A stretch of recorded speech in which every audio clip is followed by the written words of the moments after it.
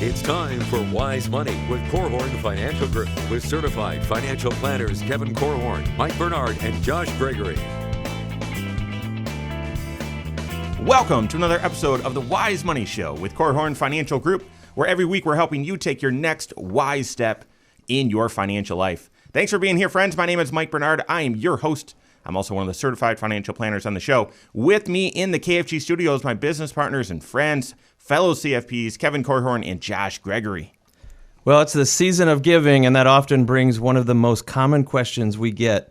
How much money am I allowed to give to a child or a family member? Or maybe just a friend, right? Yep. I was looking at you. Why were you looking at me? We're going to answer that question and provide some more clarity on the entire gift-giving process today on Wise Money. Yeah, we have some great questions from fans of the show. We always appreciate that when you engage with us, and we love to hit your questions on program. So if you have a question, if you need some help, you can reach out to us. But if you have a question for the show as well, you can do the same thing. You can call or text us 574-222-2000. That's 574-222-2000. Online, you can find us wisemoneyshow.com and submit a question right there on the right. Also has all of our other contact information bios for us, so you can engage with us that way. And then social media, that's where we get most questions, most engagement. You find the Wise Money Show just at the YouTube channel, Facebook, or Twitter. Just search Wise Money Show, subscribe to it, rate it, leave comments, and you can submit your questions there as well. All right, it's the season of giving. It doesn't feel like it. It just, not about the giving part, just the whole holiday season. I'm just not there yet. Maybe I'll be there on the 26th. I don't know. But we do. I think the most common question we get is, how much can I get? And it just pops up. How much can I give to this person? How much can I give to this person? It just pops up. This is just one of those evergreen questions. So yeah, it really doesn't make any sense, because the question, how much can I give, is there are a lot of different answers. Well, how much do you have? You know, how much do you give it all? How much do you want to give? And I think, I at the risk of being a smart aleck, I think the reason why people ask how much can I give is because they want to make sure that they're not somehow doing something wrong or violating something. If the spirit is giving and generosity, they don't want to harm someone or provide some sort of consequence. Well, it's because there's a lot of misconceptions on some of the rule book around giving. A lot of people know enough that they think maybe there's some sort of a tax trap here or some sort of a limitation that's placed on them by the government or something like that. And so they're just kind of wanting to make sure they don't step on a landmine. Yeah. But to Kevin's point, sometimes, we help people with a planning process to also figure out how much should they give. That's right. Right? So there's a limitation on what's practical or what would actually do harm to you if you gave too much.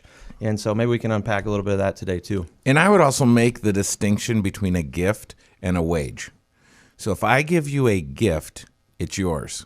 Do with it what you want. Open it up, take your Tonka truck and drive it through the mud puddle. I don't care. But if I give you a wage, there's an expectation attached to it. Mm-hmm. So here's this money I'm giving you. It's not a gift. It's a wage. No one ever really says that, but they say, I expect that you will do this thing. Yeah. And I had a friend who, a long time ago, the family had given this couple money. And he said to the family, well, is there something we're supposed to do with it? And the family said, well, it probably hurt our feelings a little bit if you gave it all away. Huh. That's it. They didn't want him to give it all away. And they said this to a very young and idealistic person who gave it all away. They could have envisioned this person would have just said, well, this was a gift, and so here I'm just going to give it away to something I believe in. Mm-hmm. And it wasn't a mandate, but it was just, hey, it hurt our feelings if you gave it all away. Yeah. Interesting. It is interesting to watch folks. We get to peer into a lot of people's lives and watch how they make their decisions on what to give and to whom and everything. And it is a difficult thing to just give money with no strings attached, no expectations or anything, because you have a certain purpose in mind for giving that money. And, a common one, I'll see parents kind of peering into their kids' lives and see things like, oh, I wish they didn't have that credit card debt, or I wish that they would just pay off that car loan or something. And it's not happening fast enough for the parents, so they just sort of intervene and they give the money for a specific purpose, which is different than just saying, here, I want to bless you. You decide for yourself what the right thing to do is. So it's all about how much control do they have over, are they joysticking that money, to their own intentions? And we have to be careful about what we share on the radio show, because we talk very intimately with people about their finances. And so this isn't where we would come and air that out. But there are some general observations that I would share. And I have a horrible story. This summer, our chickens were setting and they were hatching out eggs, and when I cleaned out the coop, I had about 40 eggs that weren't hatched, and I thought I just want to just throw them in the wood line and just let it be. But I couldn't stand the idea that there could be chicks inside those eggs, so I put them in the incubator, and we hatched out 7 of them, but one of them was really struggling to get out of the egg. And I was sitting and watching it with nothing else to do, and I couldn't stand it. So I just took my fingernail and just pulled a little bit off, and then a little bit more and a little bit more. And eventually, probably over an hour and a half, I would pick it up and pick at it a little bit and then put it back down. So I eventually got all the egg off of it. And then I set it in the crate where the chicks were, and it was dead in a half hour. No way. It's a horrible story. I'm embarrassed to even tell it. But you have to let the chick free itself from the egg. And if you don't, you'll kill it. And it makes me think of the example you gave, Josh, with the credit card debt. Parents say, hey, I've got all this money sitting in the bank. My child has $29,000 on 7 different credit cards. I should lend them money because I'll give them a much better rate. But really what they're doing is they're picking the shell off the chick. And the chick, now in this, it's not maybe as dramatic and extreme. I mean, it's not that their child would die if they helped them like this financially. But the child is not going to be helped like you would hope they would be. So they will come and say, hey, what should I do? Can I intervene here? And I always just tell them, listen, if you intervene, it's likely that the lesson that they're struggling to learn right now, they may not learn it. So financially, total sense. It makes total sense. Yep. You've got 30 grand in the bank. Your kid has 30 grand of credit card debt. You put your money there and we're off to the races. It's so interesting. I mean, the title, we've got a title each show, and this one's The Art of Gift Giving. And you wouldn't know that listening on the radio unless you went to the podcast or YouTube channel. But really, we're starting with the psychology of gift giving. I mean, the behavioral side of gift giving. And when you look at young kids these days, I think one of the things that long term, if you want them to have financial success, you need to help them get the right habits today. And sometimes gift giving, out of the spirit of trying to help, you can actually get those habits twisted and ultimately harm. Now, we don't want to that's not the purpose of the show, but there is certainly some psychology to it. But what are some of the tangibles? How much can you give before it's taxable? What are some of the tax consequences? How much can you give to charities? We're going to hit all of that and more coming up on the Wise Money Show with Korhorn Financial Group. Hello, YouTube. Thanks for being here. This is the Wise Money Show. You're at the Wise Money Show channel. What you're watching right now is our 1-hour talk show that airs right here on this channel every Saturday morning at 10 a.m. Also on our podcast, you can find wherever you listen to podcasts. Then it also airs live on a couple radio stations locally where we're at in Northern Indiana. If you're not a subscriber, hit that subscribe button, turn on notifications, and smash that thumbs up button. Every week, like I said, this 1-hour talk show airs.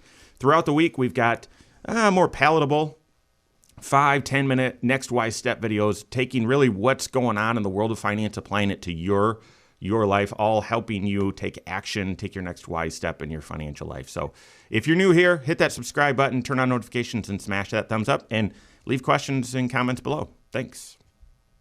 Good stuff. Good stuff. I hate that. No, that's a good story. It's a horrible story. Thanks for being transparent. Sad, isn't it? I can't even, like, when I think about it, I can't even take it. Like, I just watched that chick, and I'm like, sweet, it's finally free. And then it just died. And then I started Googling, all right, can I, get these chicks free? And you're not supposed to. There's something about the struggle that gets their heart beating and all that.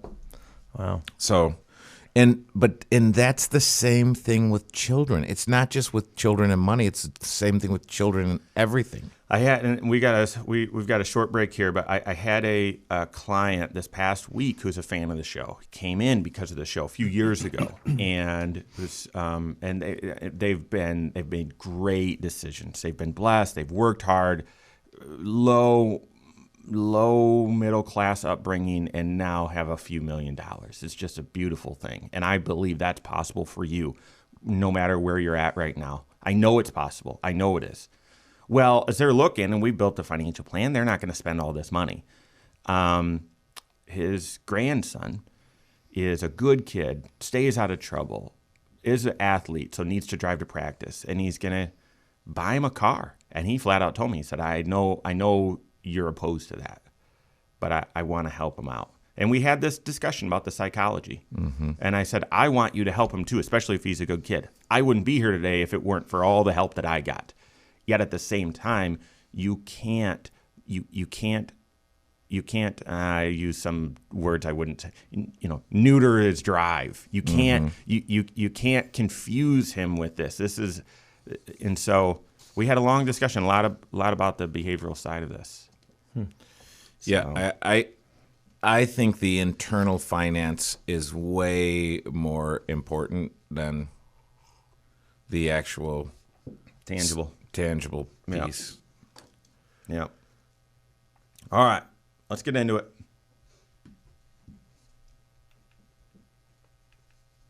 How much money can you give to someone else, a family member, a friend, son or daughter, before it's taxable? What are those rules? We're hitting that right now. This is the Wise Money Show with Korhorn Financial Group. Thanks for being here. My name's Mike Bernard. Here with me in the KFG studios, Kevin Korhorn and Josh Gregory. Stay up to date on all Wise Money content. Find us online, wisemoneyshow.com. And then wherever you're at on social media, we are there as well. Just search the Wise Money Show, subscribe to it. You can leave comments and stay engaged with the show that way.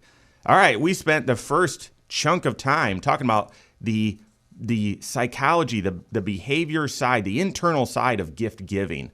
So important. Even at the break, Kevin said that's far more important than any of the tangible rules we're going to talk about right now. So make sure you get it right. And gosh, you've got to work with your certified financial planner on this. You've got to be intellectually kind of working with someone who's seen this play out thousands of times and can point out some of the areas that you might not see, or that you would say, that'll never happen to me. Vet that out with a trusted professional who cares about you, who's in your corner, who's there to help. That's your certified financial planner who's doing comprehensive financial planning. They're also going to help you with these rules. So we're going to go to charities, but let's start with giving to another person. I think we get that question more. So if you want to give money to another person, say a child or a different family member, how much can you give? What are those rules? Well, first of all, no one tells you how much you can or can't give, right? You're allowed to give whatever you can afford to give. But the government does have some rules in place, and this is what confuses people. They know that there's some sort of limitation set by the government, and it's a $15,000 rule. I'm kind of referencing the dollar amount here. Here's how you interpret it, though. The government says that you're allowed to give on an annual basis. Anyone can do this. You can give $15,000 to any recipient that you want every year without triggering any kind of gift tax reporting. Yeah, reporting needs or consequences or anything like that. You don't need to tell anyone. You don't need to tell anyone. It's fine. It's That's right. And each giver is allowed to do that for an unlimited number of people as well. And if you're a married couple, each spouse is considered a separate giver as well. So each spouse could give $15,000 to an unlimited number of people. And a lot of people also wonder, well, okay, the person receiving the money, do they have to report this on their tax return or anything like that? And if you're giving cash or if you're forgiving some family loan or something like that, the $15,000 is not income to them either. Or any amount of money that you're giving to them is not income. But if you're giving something other than cash, maybe you're giving some stock or some land or part of a business or some other asset, then it's possible that you could be stepping into some tax consequences after they choose to do something with that money. They sell the stock, they sell the land, whatever. That could trigger some tax consequences. You need to be aware of that. So you can give $15,000 a year of cold hard cash or check or Apple Pay, I don't know, to anyone. Your favorite radio show host, your least favorite, wherever I fall or we fall. But you can give it to anyone. And so, Josh, so that's the $15,000 a year. You don't even need to report it. Don't need to tell anyone. It's not taxable to you, not taxable to them. It's not tax deductible by you. That's another one we get a lot of. Can I want to give some money to my child, and what are the tax benefits? Is that a write-off? Right. No, it's not. It's not. But then Josh also hit the gift splitting idea, and that is if you are married, both you and your spouse can each give $15,000 to let's say your son. Okay, so that's $30,000. You don't even need to report it. But then if your son is married, you and your spouse can each give your son and your daughter-in-law $15,000. So you can actually get up to $60,000. I'm not supposed to do math on the radio. $60,000 from one married couple to another married couple without really needing to report anything, no tax, no nothing. What happens if you go over that? Well, let me tell you right now. Right now, if you have in mind an amount over that, well, here's the good news. That annual limit ticks over to a new calendar year in just a couple of weeks. So you can give a chunk right now under the radar, and then on January 1, give the other chunk under the radar. You're good. But let's say you can't get under the radar. You're giving a house or something like that. Then all you need to do is file a gift tax return. What is it? 709? 709, gift tax return? No one looks that stuff up. But you just file a gift tax return. But over your lifetime, until these rules change, which someone has promised they're going to change these rules, you can give $11 million to someone else and still have it not be taxable. You just have to report it if it's over $15,000. And when you say taxable, think gift tax. Yeah. So that it is confusing because if I give cash out of the bank, the money that's in the bank in the form of cash, I've already paid taxes on that. Already paid income taxes. Income tax, yeah. Yes. So again, make the distinction between income tax and federal gift tax. Mm-hmm. So, which is different than if I have Apple stock that I've put $100 in and it's worth $15,000. That if I gift that to one of my children and they sell it, they inherit my basis. Yeah, when you gift the stock, you gift your cost basis as well, which that's geek speak, that's jargon, but that is, in the world of finance, cost basis is probably a term you're going to need to be familiar with. It's basically the difference. Your cost basis is what the money you have into it, and then the market value or whatever, the difference between what it's worth and your cost basis, that's the growth, that's the capital gain. Mm-hmm. But it may make sense to consider the character of what you're giving if you have the option, whether it's giving to a child or giving to a charity or someplace else. Because if you have highly appreciated assets, it's possible that there are there are places where that money could be gifted. If you have a child in a lower tax bracket, That's right. You might pay capital gains at 15 or 20%. They might pay it at 0. Yeah, I think this is one of the reasons why giving should never be done haphazardly. It should be part of a plan. Sure. And especially when you're given to family members, you need to pause long enough to consider the potential benefits and the potential unintended consequences or adverse consequences of the gift. But then how you give matters. What you give matters. It should be part of your strategy that's looked at through the lens of your financial plan and your tax plan as well. Mm-hmm. So, okay, so we get a question about, can you give a car a lot? But I'm looking at a list Kevin shared before. I mean, we're going to get into some of these, but you could gift a car. Is that taxable? Well, if the value of the car is below that $15,000, the annual exclusion, then you don't need to report it for gift taxes. But then you got sales tax. And I get this question from time to time, and I've never worked at is it BMV or DMV around here? Yes. Yeah, it's both of those. Secretary of State.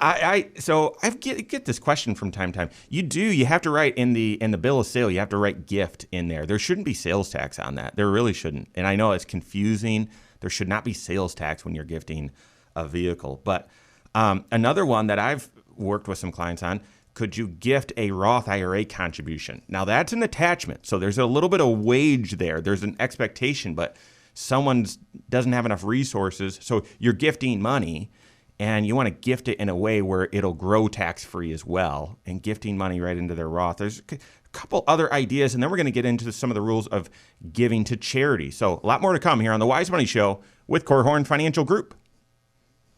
So funny back there, Lindsay. I have no idea which it is in Indiana, the BMV or DMV. I don't either. So funny. So I'm interested, we've got to get into some of the charity rules, but I am interested in, Kevin, this list that you shared, and even gifting to your son or daughter's Roth, your guys' thoughts on what that does to, is that a wage, so that's a no-no, or if you're aware and trying to watch the landmines of scripting their behavior, their thinking, or pulling the eggshell off, The problem is it changes when you give something. It changes a relationship. That's a universal law. You can't undo that. You can't unmake it. If I do something for you or give you something, even if there's no strings attached and nothing expected, it changes the relationship. Maybe it's just a teeny tiny bit. It still changes it. Subtle.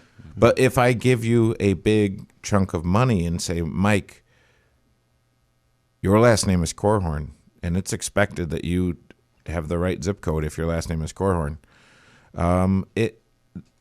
it's strange, and I've seen that. Now that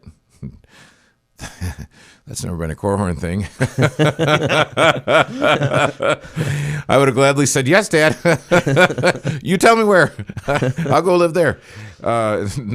So I don't know. I think it's best to, there's something really, really good about the struggle and getting the shell off of your own self. Yeah. All right. Let's get into it. The giving rules for charities have changed in 2020. They're different. We're going to tell you what those differences are right now so that you can plan your year-end, your Christmas giving wisely. All right, we're getting into that right now. This is the Wise Money Show with Korhorn Financial Group. Thanks for being here. My name is Mike Bernard. Here with me in the KFG studios, Kevin Korhorn and Josh Gregory. Every episode of the Wise Money Show is on our YouTube channel. Go check it out. Go to YouTube, search the Wise Money Show, subscribe to it, and turn on notifications as well so that you're up to date every time we drop a new video, which is every single business day, as well as the Wise Money Show on the weekends. All right, we're talking about gift giving, the art of gift giving. We spent a lot of time on the psychology of gift giving. Before we get into the charitable contribution laws and changes, I talked about, here's just a couple creative gifts that you could give. You could give a Roth IRA contribution to someone, meaning you could give them the cash and have it go directly in their Roth. You could give someone the gift of education, fund a 529 for them. There's actually some tax benefits if you do that, depending on your state. You could give the gift of financial freedom. Give the gift of financial planning. Hire a certified financial planner for your son or daughter. Oftentimes that's preferred than paying off their debt, because the debt got there because of a habit. Now, there are reasons, they'll tell you, but it's typically habit related, and the gift of financial planning can help them get over that. You can gift business sometimes to family members. Now, you got to be careful if you own a business and say you've got a key person you want to give a little bit to, if they work there, that's a wage, and you can't even argue that to the IRS. So they're gonna consider that a wage, and they're gonna tax it. So you got to be aware of that. Gift life insurance sometimes. Yeah. So there's a lot of creativity. I mean, so your certified financial planner should give you clarity, confidence, but creativity as well. Yeah. So I think when I think of giving, a lot of times I think of giving to charity and or give to your church and think in terms of, all right, from the time the kids were little, it was, here's what you do with the money. You give, you save, and then you spend. And so, but now as big people, if you think about giving and it's coming towards the end of the year, what types of things enter my mind? There's really three things. If I'm old enough, I want to give money directly to my church or any other kind of charitable organization. I want to do that via a qualified charitable distribution, QCD. And so that means basically the money goes directly from my IRA to the church. So if I do that, I don't pay federal or state taxes on that money when it comes out of my IRA. That's right. Versus you take the money out of your IRA, report it on your return, and then give it and hope you get a deduction on your itemized deduction. Sometimes you will get an itemized deduction. Many times you won't. 90% of taxpayers do not itemize anymore. And the itemized deductions don't help you on your state tax either. Right. But so I think of another thing. Okay, does it make sense in order to itemize to do 2 years worth of giving in 1 year? That's right. Some people that doesn't make sense to, some people that's not practical, and some people that would violate what they should give, when they should give, how they should give. That's fine. But if you're in a situation where you say, I know I'm giving this much in 2020 and this much in 2021, and in neither year will that benefit me tax-wise, if you gave the 2020 and 21 amounts before the end of this year, that might get you to a point where some of that was deductible. Yeah, and here's how the math works on that. Because of the Trump tax law changes that happened a few years ago, more and more people are struggling to be able to itemize their deductions on a tax return. Struggling in a good way, though, because they've been given such a monstrous standard deduction. For a married couple, it's $24,800. And you'd have to give a significant amount of money and have a bunch of mortgage interest and other taxes and things in order to get up high enough to clear that amount with your own list of deductions or itemizing. So many people just can't do it. Most people can't do it anymore, which means that you're at risk of giving a gift to charity and not really getting any kind of tax savings out of it anymore.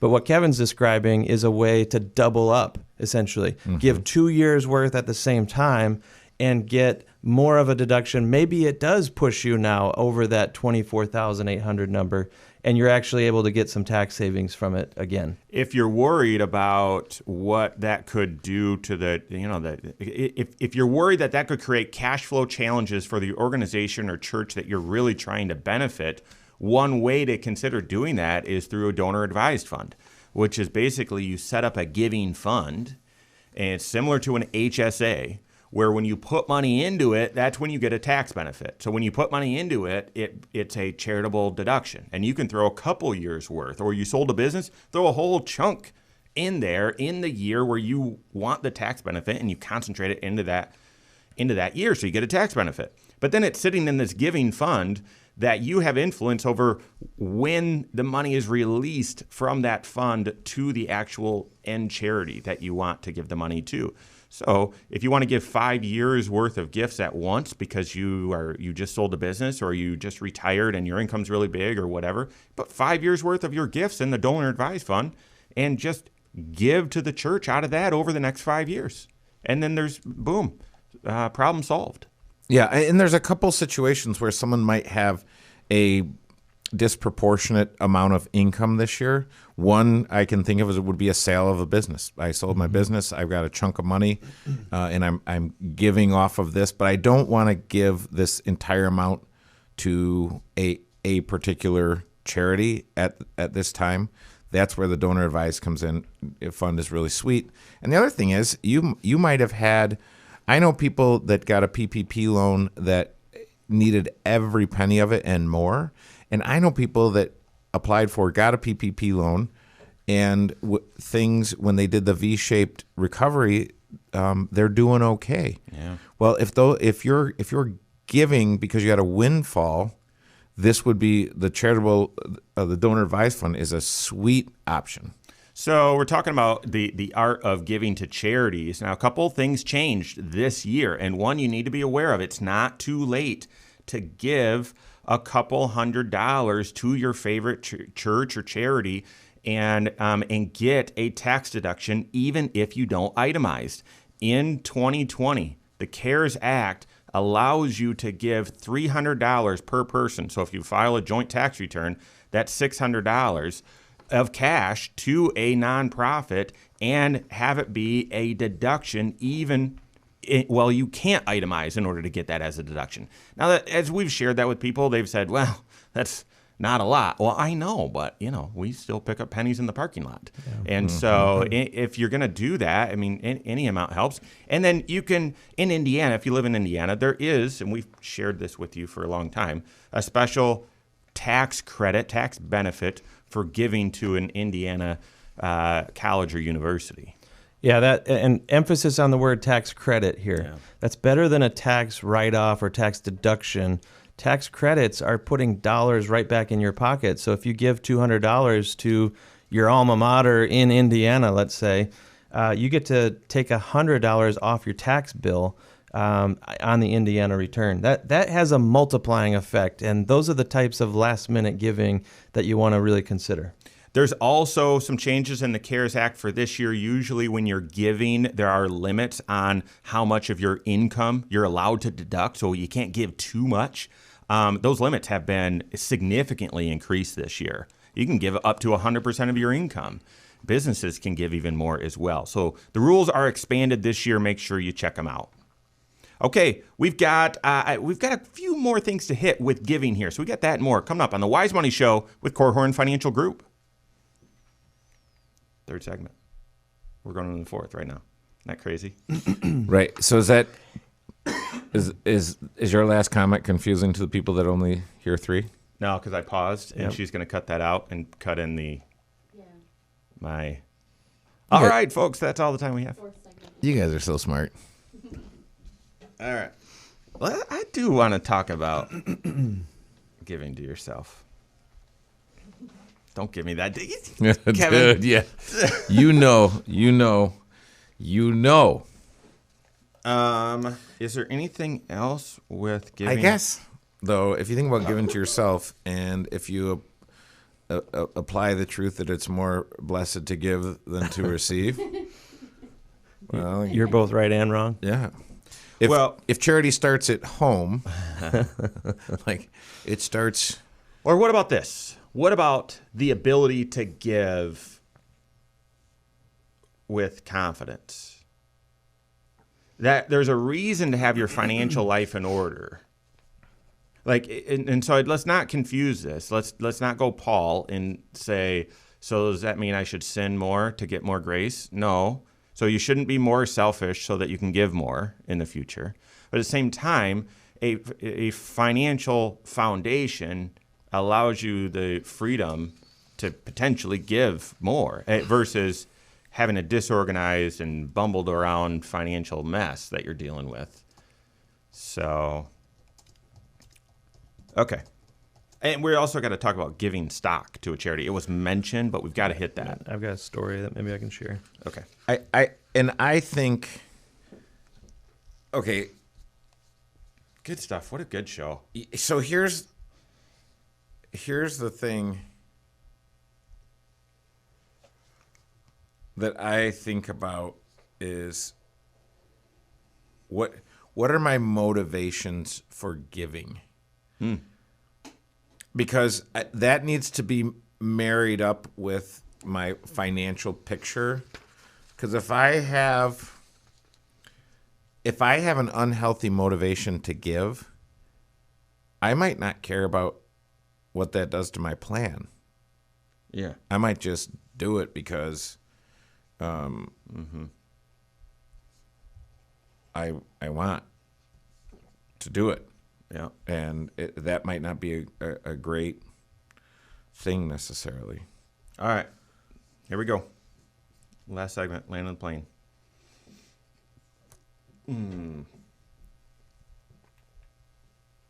Thanks for being with us today. This is the Wise Money Show with Korhorn Financial Group. My name's Mike Bernard. Here with me in the KFG studios, Kevin Korhorn and Josh Gregory. If you've missed anything, gosh, it's been an interesting show about the psychology and the art of gift giving and some of the rules, but also some of the unintended consequences, the internal finance. So I hope you found this discussion helpful. If you've missed anything, every episode of the Wise Money Show is on podcast. Wherever you listen to podcasts, you can find the Wise Money Show and just search the Wise Money Show, subscribe to it, and then rate the show. That helps us, gives us feedback.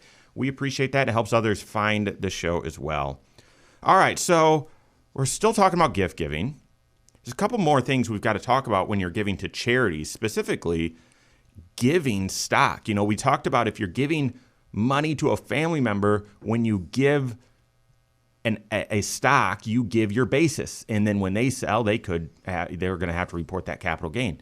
But you also give your basis to the charity if you're giving stock, but charities don't pay tax. That's right. This is one of the great strategies involved with giving money or giving assets to charities.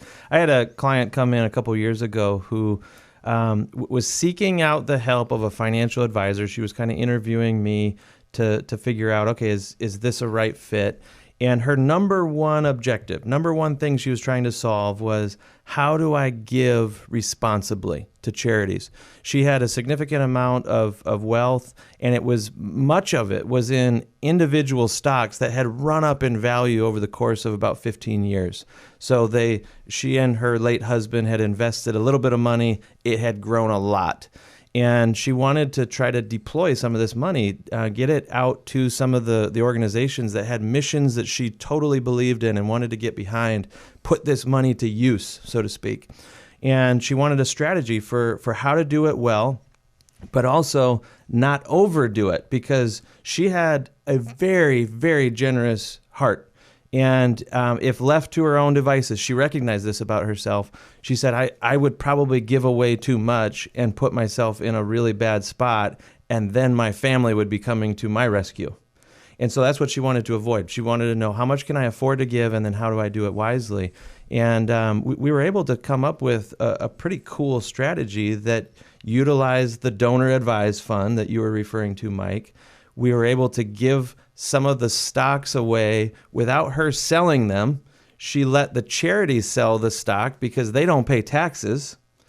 And we were also able to work in some careful tax planning to make sure that we actually did create enough income for her to take advantage of all these write-offs that she was creating for herself. And all that had to be governed by her retirement plan and how much money was she going to need for the rest of her life. And it was one of the most fun client situations that we got to be involved in, because the joy for her in giving is infectious, right? It's inspiring. And it's just fun to watch just her I don't know, enthusiasm and excitement about getting this money into the hands that could go multiply with it. But with the confidence that she wasn't becoming a hardship herself on her family members. I mean, what a beautiful story about how comprehensive financial planning needs to be involved in a gift-giving strategy. I mean, that's what it's got to, your gift-giving plan needs to be connected to your comprehensive financial plan. And so love it. I absolutely love it. The idea, I think, in what she was saying, oftentimes if you watch a magician, you know, there's the sleight of hand trick, there's the shell game, Kevin often says, but you might have heard some of what Josh just said and said, well, yeah, I mean, I'm drawing money out of my retirement account to live on, and I've got some investments that I sell and give on, and that's what I live on. But then I tithe to charities, you know, or to my church, and then at the end of the year I give a little money here and there. So that's what I do, you know. That's just how life operates. You can do some shell game work and have the money go in a way that is more it's the same impact to the charity, but it has it's more efficient from a tax standpoint than just that. And usually it just requires a little awareness and intentionality about it, and you can make it much more efficient. Yeah, but I would tell you, if you're thinking about that right now, if you're thinking, hey, I do have some highly appreciated stocks that I might want to give, get on it right now. You might have a highly appreciated mutual fund, and you could give shares of that fund. And I would say, get on it right now. And if you're listening to this and saying, hey, I don't have an oak tree in my backyard, but I've got some acorns that I might go plant that someday might be. It's tempting to say, well, I've heard these amazing stories about these highly appreciated stocks, so I'll go get one. You know, there was a day when people thought that, you know, General Electric and General Motors were kind of the two companies that you should be invested in. Mm-hmm. And it's really tricky to pick an individual stock that will actually be a long hauler, if you will. So I would just say just be careful about that, and make sure it's part of a carefully crafted financial plan, a blueprint, if you will. You know, this whole show we've been talking about giving gifts maybe before the end of the year, but certainly during your lifetime. And it probably is worth mentioning also that your giving also encompasses your estate plan as well. And the giving that maybe you intend to do at the end of your life, especially if you're a surviving spouse, maybe if you passed away yesterday, the money wouldn't go to your own spouse because they've already predeceased you. Who's going to receive the money that you don't end up using in retirement? That is one of your choices, one of your decisions. It should be part of your plan. And the way you approach this, if there are charities that you want to benefit, sometimes benefiting those charities with things like IRA assets or 401k assets. This is money that's never been taxed before during your lifetime. And if it goes to a charity, they don't pay tax either. So it could be a chunk of money that completely avoids the tax man's hands. And then maybe you use other assets to benefit your family and loved ones. But the point here is there's more than just strategies for giving charitably during your lifetime or even giving to your family members. You need to work this into your overall financial plan from an estate planning standpoint too. And that's exactly right. And estate laws could be changing here. And I'm stammering here because I don't want to get political, but in Joe Biden's tax plan, he's changing the estate plan. I have no idea if he'll be able to do it and if Congress will do it, but there's lots of talk about changes to the estate plan. Let's change the conversation. And Kevin was really asking me to do this. And have you ever been out shopping and for a gift for someone else and looked at something and like, oh, I'd look good in that? And got yourself, you know, you're buying gifts for other people, but got yourself a little something too. And we can't talk about gift giving without talking about how to give to yourself. And, you could psychoanalyze this and say, well, is your motivation for giving selfish? We've been talking about, tax benefits to you. But if you turn it and say, well, the healthier you are financially, the more confident and enthusiastic giver you'll be. The healthier you are financially, the more of an influence you could be to others, and possibly share some fruit off of your financial tree to them and to others. So I don't think this is too far out of the question to talk about giving to yourself. And early on in my career, and you've probably heard this too, the first idea of giving to yourself is, quote unquote, paying yourself first. Pay yourself first. And so that whole concept is, well, you're working for a wage, and before the money even lands in your bank account, siphon a little off and send it downstream to the 65-year-old you.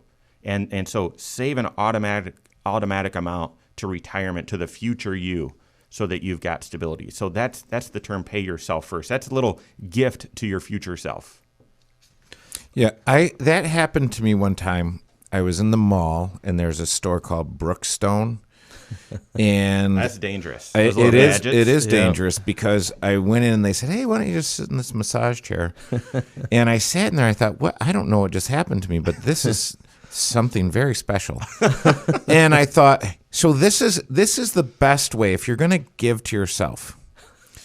You make it a massage chair. My wife, you gave it to your wife. My wife was almost Merry Christmas, Lori. My wife was almost 40 at the time, and I thought, boy, you should have a big special gift for your 40th birthday. And so I got a massage chair for my wife for her 40th birthday, and I've enjoyed it very much, along with her, and really the kids do as well. And your business partners do. Yeah. That's my favorite chair when we come over. They do enjoy it. So I do think it can be a multi-purpose gift. I mean, Lori didn't appreciate the tackle box or the chainsaw, but there are some ways.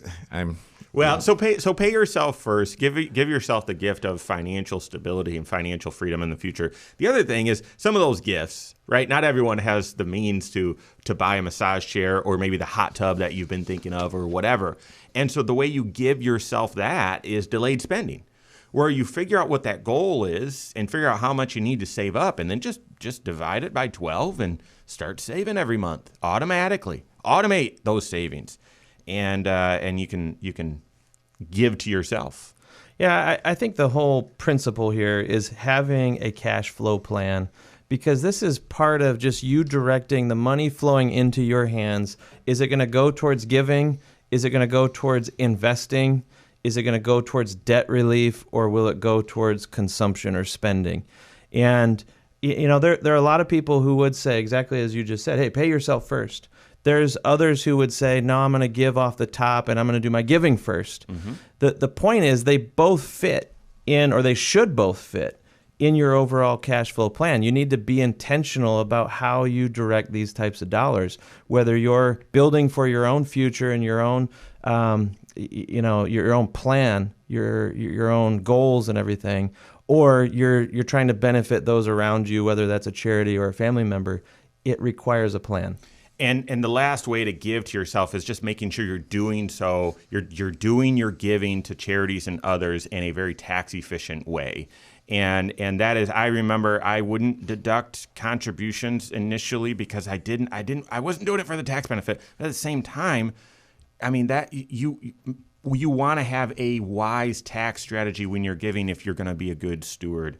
So, all right. I hope that's been helpful to you as you approach gift giving and giving during this holiday season. That's all the time we have. On behalf of Josh Gregory, Kevin Korhorn, and all of us at KFG, have a great weekend. We'll see you next Saturday for Wise Money with Korhorn Financial Group.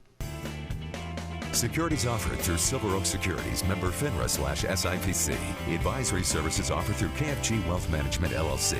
Doing business as Korhorn Financial Group. KFG Wealth Management, LLC and Silver Oak Securities Incorporated companies are unaffiliated.